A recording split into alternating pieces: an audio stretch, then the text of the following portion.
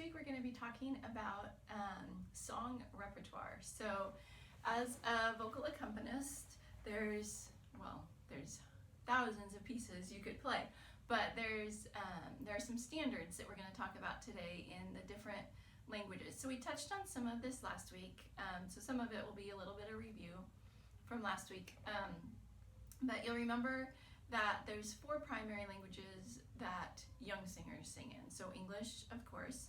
Italian is the next one that most singers sing, and then German, and then French. And then as singers progress in their studies, they might sing in other languages. Sometimes they'll sing in Latin if it's a sacred piece. Spanish is another common one. Beyond that, occasionally a singer will sing in Russian or I don't know, maybe Chinese or something less common you might run into.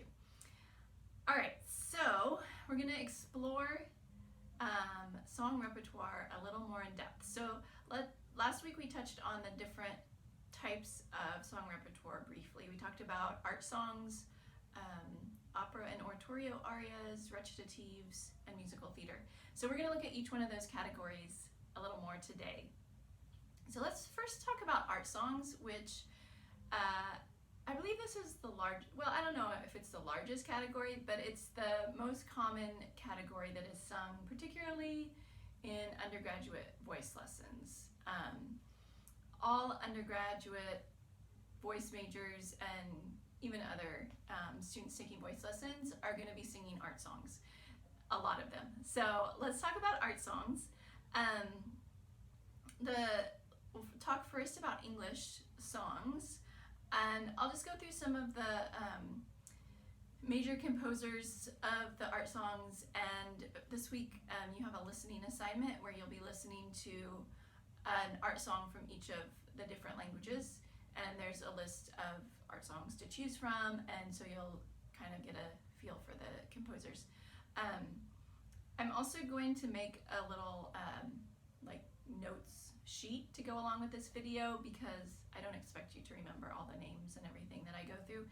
So I'll make a sheet of notes for you guys after I finish the video that I'll put on Blackboard so that you have some of this information.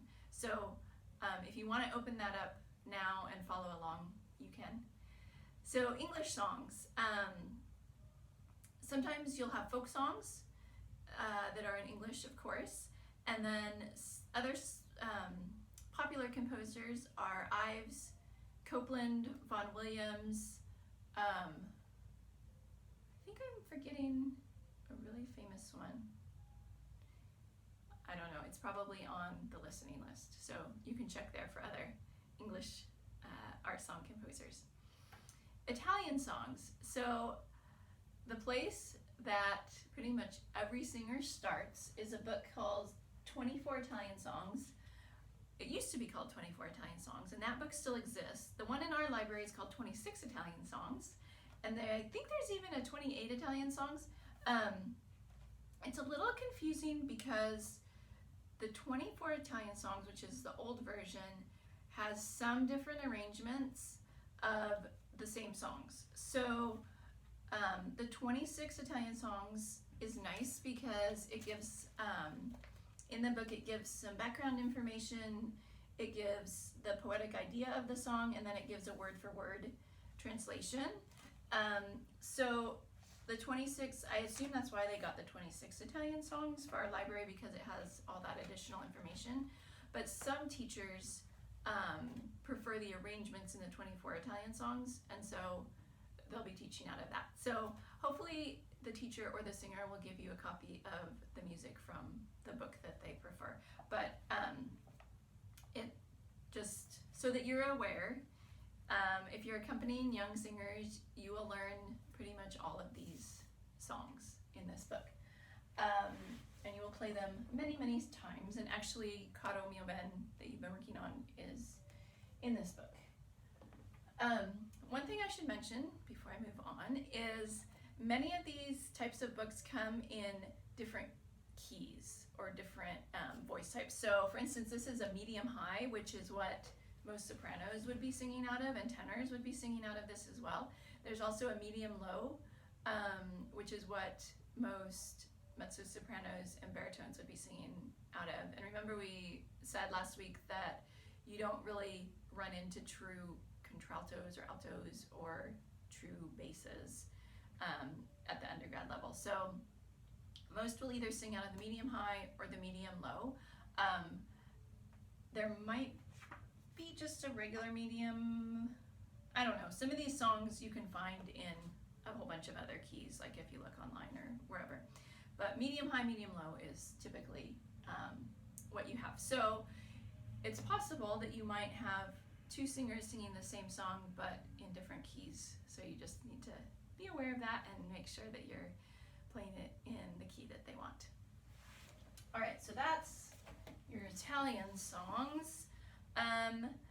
German Lieder. Remember, art songs in German are called Lieder. And I have a couple, well, I have one. German, the Lieder Anthology. This is another great book of German songs. Let me go through some of the major composers of German Lieder. Beethoven was kind of the first one to start writing German Lieder. And then Schubert and Schumann really popularized the German Lieder. Brahms, Wolf, and Strauss also wrote a lot of German Lieder. And then there's some other composers that I'll just mention. They weren't quite as prolific, but they still wrote some German Lieder that are important. Mozart wrote some. Fanny and Felix Mendelssohn both wrote Lieder. Clara Schumann, Liszt, Wagner, and Mahler all wrote German Lieder. If I had to pick one composer of German Lieder who's the most prominent, it would be Schubert. He wrote, I think, over 600 songs. So this anthology, if you look at, I know you can't see, but it goes through, it has Beethoven, it has a bunch by Brahms, it has a few by Robert Franz, who is not particularly well known, a few by Mahler, Fanny Mendelssohn has one, Felix Mendelssohn has two, Mozart has three, Schubert has a list, Clara Schumann has one, Schumann has a list, Strauss has a list, Wolf has a list. So that kind of gives you an idea of the German Lieder in a nutshell. I want to mention, and I'll put this in your little notes sheet, there are certain singers who are famous for singing German Lieder. So if you're listening to German Lieder, which you will be doing this week, you might want to listen to these singers because they're going to have great pronunciation, they're going to have stellar musicality. So if you want a really high quality recording of a German song, these are your go-to people. So I'll just name them here and then you'll have them on the list. Dietrich Fischer-Dieskau is a baritone who's very famous and well known for his German singing. Lottie Lehmann is, I think, soprano, as is Elizabeth Schwarzkopf. They have fun names too. And then Anne-Sophie von Otter is another one. So those are some kind of go-to singers if you're looking for a good recording of German Lieder. All right, moving on to French. I know I'm going fast through all these languages. Some of the French songs are called mélodies. Some of the major composers are Gounod, Fauré, Debussy, Poulenc, Ravel. So here's our French song analogy. Looks very much, and it should say French melody, I guess, but it doesn't. Looks very much like our German Lieder. And again, these come in low voice and high voice. I don't know if there's a medium voice, maybe, but typically low voice or high voice is what these come in. So besides, well, I'll just read the composers in here to give you an idea. So Berlioz has one song, Bizet has three, Ernest Chausson has four, Debussy has 4 songs, Duparc has a few, Fauré has a number of songs, Franck has one, Gounod has a few. I won't name all of these. Mozart actually wrote a couple of French songs, so he has one in here. Poulenc has a handful. Ravel has a handful. Saint-Saëns has a couple. Eric Satie has a couple. And then there's some lesser known composers. Liszt actually has a French song in here too. So French songs, personally, I think French songs are wonderful, honestly. When I was in grad school, I made a CD of French songs, and I played quite a few French songs in grad school, and I discovered that they really aren't done nearly as much as the German songs. Like, everyone knows all of the Schubert Lieder, well, not all 600, but all of the popular ones. You know, everyone knows the Schumann Lieder, but the French melody, you can find some real gems that aren't often performed. So it's kind of fun to dig into this repertoire that isn't as well known, but they're so beautiful, they're so lush, and so much musicality and musical depth to these French songs. So I encourage you, as you progress in your studies, and hopefully you'll do more vocal accompanying in the future, and you'll get to the point where you get to choose some songs for singers and such. I encourage you to explore the French songs, because I think they're wonderful, and they're not as often performed as the German songs, it seems like. So anyway, that's just my plug for French songs. A few notable singers of French songs. Pierre Bernac, actually, he's a great singer, and he actually wrote this book called The Interpretation of French Song, which it's in the library. It still has my receipt in it. I'll take it back soon in case anyone wants to look at it. And it has a whole bunch of the popular French songs in it, and it's similar to that 26 Italian songs that I showed you, where it gives some background information and then word-for-word translation, which is really helpful for all of these popular French songs. This is a great resource if you need to find translations for French songs. I think in the blog article that you read last week about translating songs, I think it mentioned maybe this book. If it didn't, it should have. It's a great resource for translating French songs. All right. Next, I know that was like a whirlwind of art songs, but that's okay. We have a lot of other things to talk about too. Next, we're going to talk a little bit about opera repertoire, which we touched on a little bit last week. So operas are made up of the solo arias, and then often the arias have a recitative that goes with them, and we'll talk about that in a minute. And then ensemble pieces can be duets, trios, quartets, etc., and then the chorus pieces. Typically, operas are accompanied by an orchestra, so if you're playing opera repertoire, you'll be playing an orchestral reduction. Let's talk about the recitatives first, and I'm actually going to do examples from the Messiah, which is an oratorio. But oratorio and opera are very similar. It's just the oratorio is sacred and opera is not. So that's the biggest difference. So recitatives, they can either be secco, which is dry recitative, or accompagnato, which is accompanied.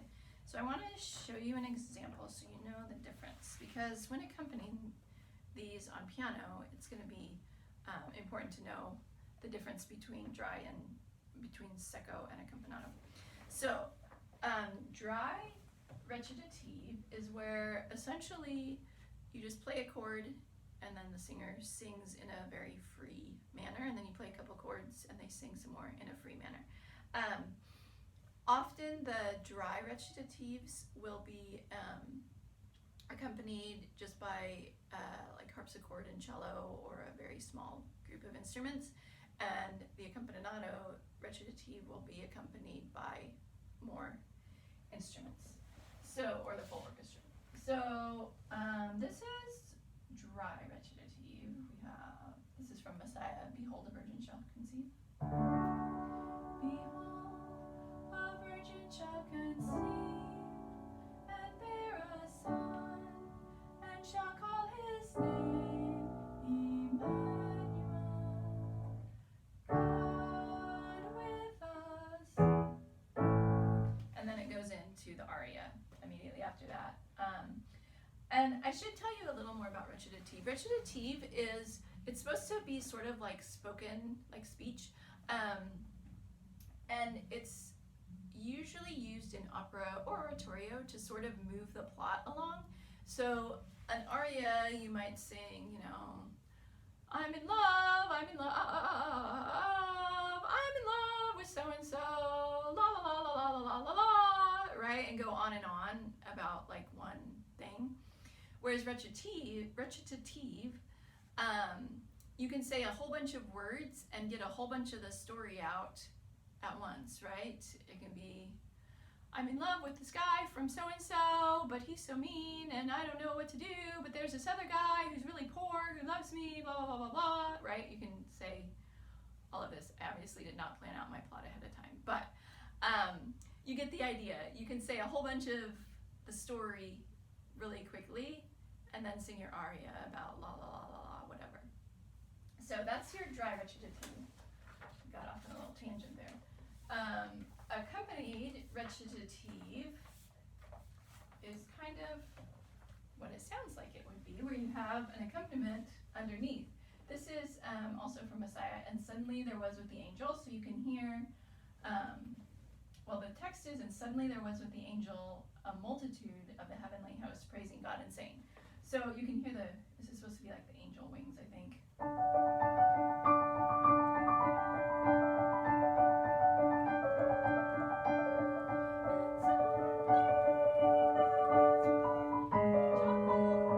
Sorry, I should not be singing this in that octave, that was horrible.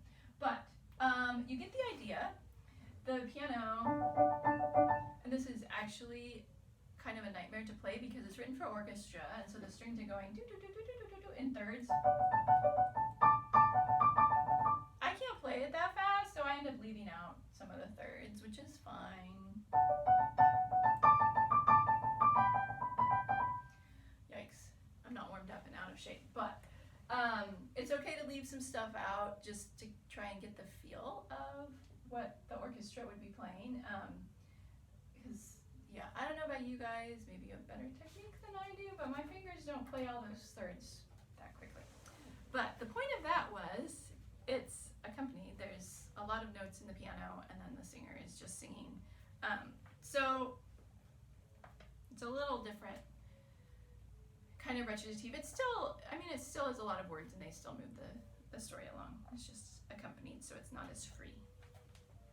All right, so I think that's all I want to say about recitative. One more thing about opera. When you're accompanying opera on the piano, a couple of little tips for you. One, see if you can learn about the character that's singing the aria and about the story as a whole and where the aria comes in the story or the recitative. It's different than just playing an art song where you have a poem, right? Because here you have a whole story. It could be a 2 or 3 hour opera, and you're trying to figure out where this one song fits in and who this character is who's singing this song. So I encourage you, if you're accompanying an opera aria, to try and delve into the story a little bit. Ideally, you would watch the full opera, but I know that, you know, we don't always get the ideal. But do try and figure out the plot of the opera and why this character is singing this aria. And you can also talk to your singer about it. They should know, hopefully they've watched the full opera and know what the full plot is. And so you can ask them, hey, where does this come in the opera? And what is your character? Who is your character? What is their role in the story? And why are they singing this aria? So the more you know, the more it will inform your musicality. All right, let's talk a little bit about musical theater, which again we touched on very briefly last week, but we're gonna talk a little more about it. When I sing about musical theater, it's typically in English, so that's helpful. You don't have to find a translation, but it comes with a host of other interesting issues. It's very different than other vocal accompanying. I find typically musical theater is written to be accompanied either by orchestra or by like a small combo, like a rhythm section and piano, or a small ensemble of some sort. I don't know what I was going to say.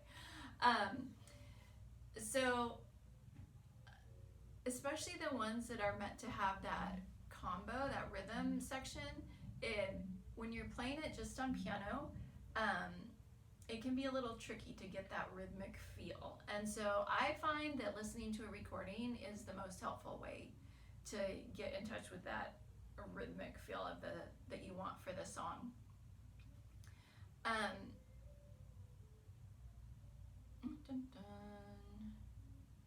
Band, that's the word I was looking for, like a small band.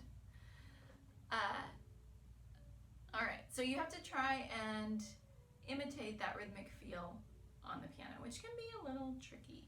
I have a couple examples for you just to kind of give you a feel of what you might encounter with musical theater. The other thing about musical theater songs is often, it's an orchestral reduction, because most of them aren't written just for piano and voice. And for whatever reason, they often put the melody into the accompaniment.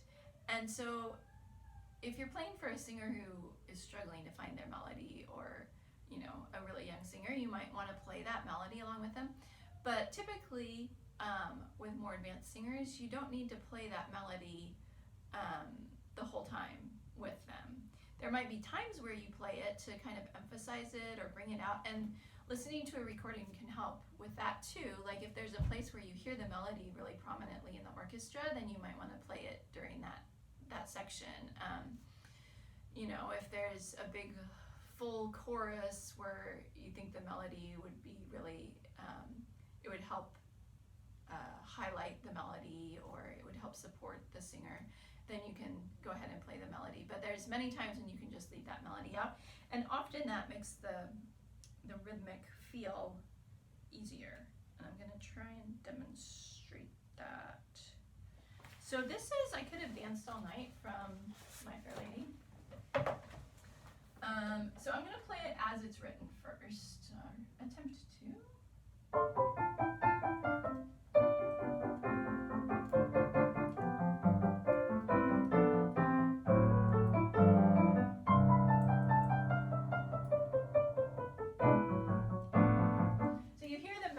In my right hand, and then I'm also trying to do all this other stuff.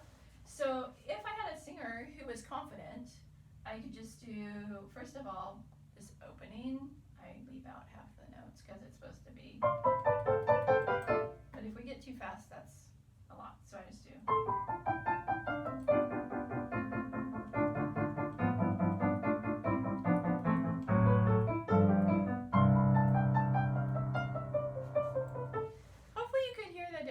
Where I left out the melody, but I still had that the rhythmic feel, which is what we want. And then later on the chorus,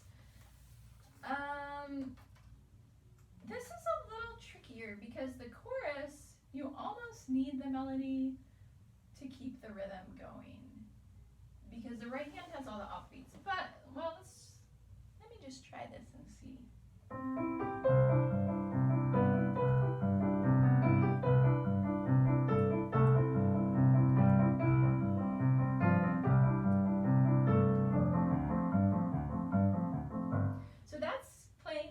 With the melody in the right hand.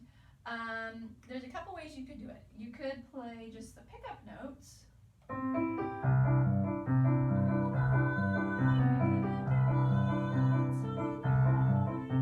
If you have a strong singer, honestly, I think you could just play the rhythm underneath.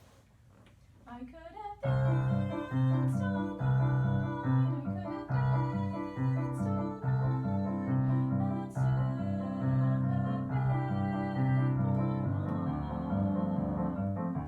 something like that, because they have this really lyrical melody, and you're doing the chun chun chun chun chun chun chun chun.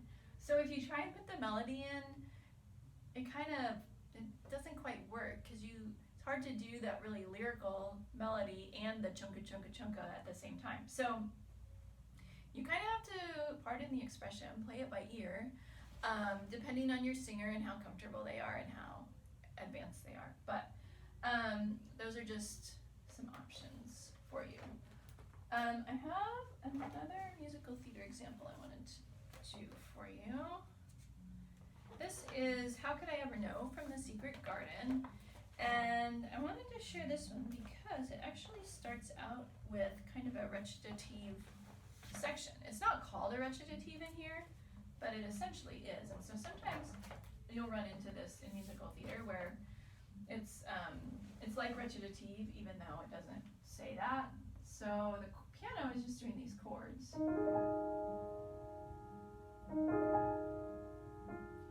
How could I know I would have to leave you? How could I know I would hurt you so?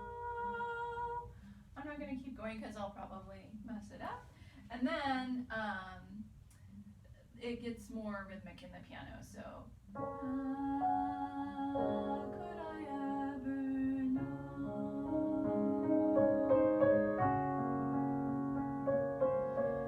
How can I say to go on without me?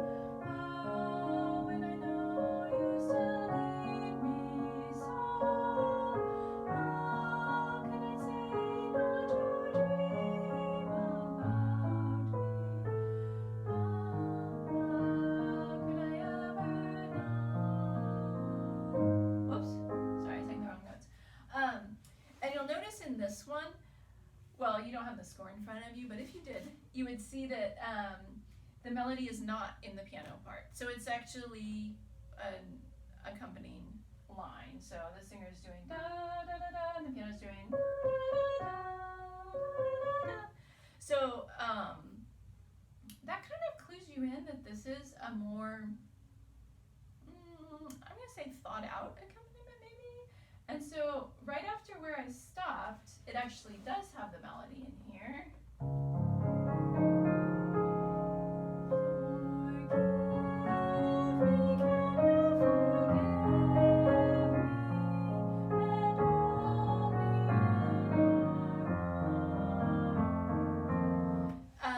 And the melody, it's in there most of the time, but then it kind of cuts out. So to me, that clues me in that the composer actually intended the piano to double the melody at that part, since it's not just everywhere through the whole song. It shows me that he intentionally wanted the melody to double. And you could hear that that's a place that's more dramatic. There's a piumoso written in. So the singer will like having that support underneath them to kind of move the drama forward a little bit there. All right, let me check my notes. I think that was all I had for musical theater. Yeah, so that's a little synopsis of vocal repertoire, and if you have any questions, bring them to class. We don't have class this Friday, but you can email me questions or bring them next week. Next week we'll be talking about song cycles, and so you can bring questions about vocal repertoire and song cycles.